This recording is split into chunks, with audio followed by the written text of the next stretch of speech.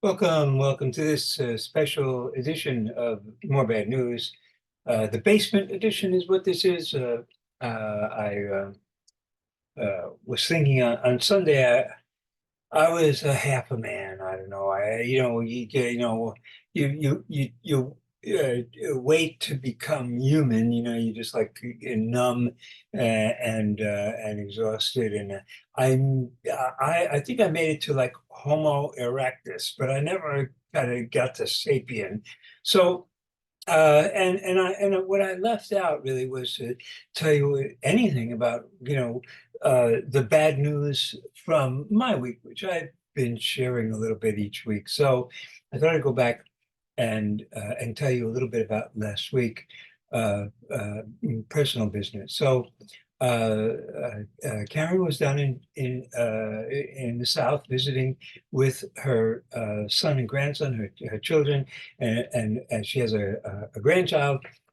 He's 1 year old, and she had a fabulous visit. He just started talking. He called her Nana. She had a wonderful time with her grandson.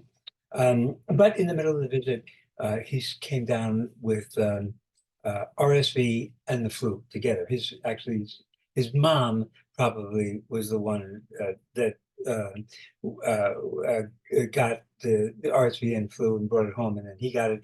But so I went to pick up Karen on Sunday, on Monday, in the afternoon, and we had a horrible snowstorm that was dreadful.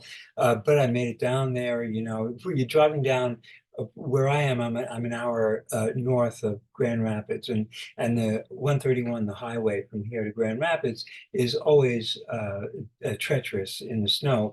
And so you're driving down, and you see there's three cars, that slid off, and one went this way and two went that way, and then there's another one that's in the bank there, and you just people, and as you're looking at these, and then somebody in a pickup truck comes zooming by you, with his rear end, wiggling in the back because he can't really control it, but that's not going to slow him down, so on he goes. Anyway, uh, I picked up Karen, and because we had to mask at this point. Uh, First of all, uh, she was exposed to COVID. And she went out of the house. She went to the airport. She flew to Georgia. She came back from Georgia. She had plenty of exposure. Now she's wearing a mask, other than in hot, but she's wearing a mask in the airport. But it doesn't matter. I mean, you can still get it. So she arrives on Monday, and we are masking. She comes back to the house, and I'm going to sleep upstairs in the guest room. She's in the master bedroom. We're masking around the house. We're keeping separate. It was you don't want to live this way, and it also just reinforces the sense of dystopian reality. We live in this area where you got to be careful with the diseases that are flying around. It was okay. She didn't come down with anything, and of course, I had been vaccinated for RSV and flu, and COVID, and all these vaccinations. So came Saturday, Shabbos already. We thought, okay, looks good. We can go take a risk from now at this point. I mean, because it could we could have found that it was a mistake, and then Sunday or Monday, because you don't know how long things are going to incubate. Never mind, we were okay.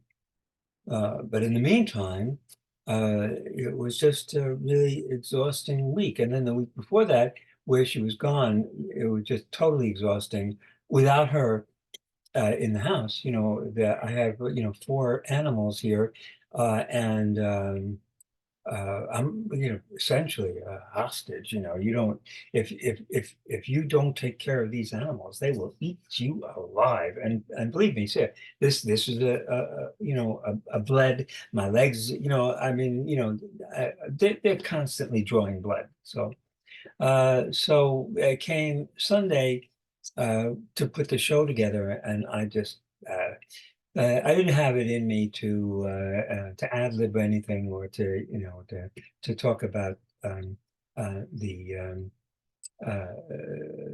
the week in terms of my own perception of it and experience of it.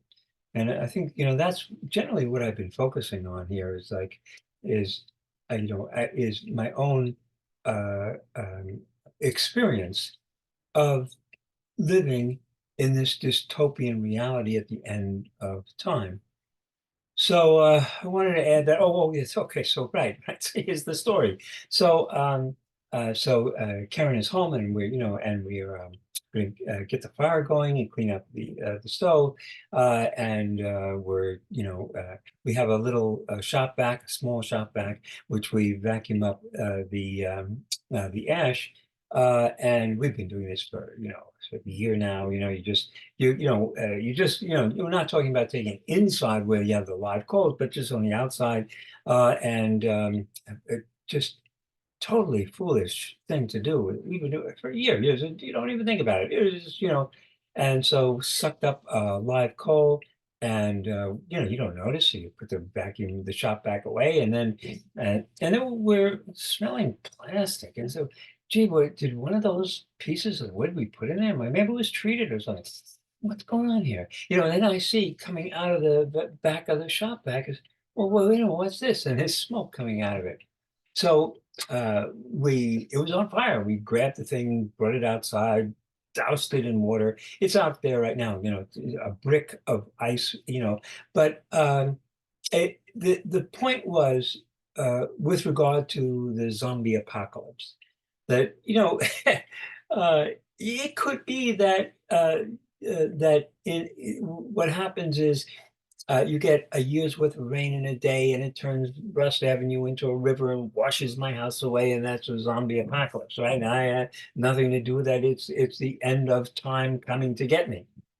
Or you could just screw yourself, fuck yourself over, start a fire in your house, burn the whole place down, and then, and so you have experienced the zombie apocalypse and you did it by your own hand, which is what I was thinking about this disillusionment, that we are doing it by our own hand, by our own foolishness and recklessness. But we have a brand new shop back, and we are not going to do that again. So you can learn some lessons, and you can proceed with greater caution, even though in the end, all of us no one's going to get out of this alive. I guess that's the point. Okay, so that's my little supplement to this week's bad news.